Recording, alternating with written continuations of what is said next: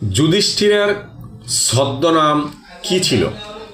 অজ্ঞাতবাসের সময় যুধিষ্ঠিরের ছদ্মনাম ছিল কঙ্ক, যেখানে তিনি বিরাট রাজার রাজসভায় একজন সভাসদের ছদ্মবেশ ধারণ করেছিলেন।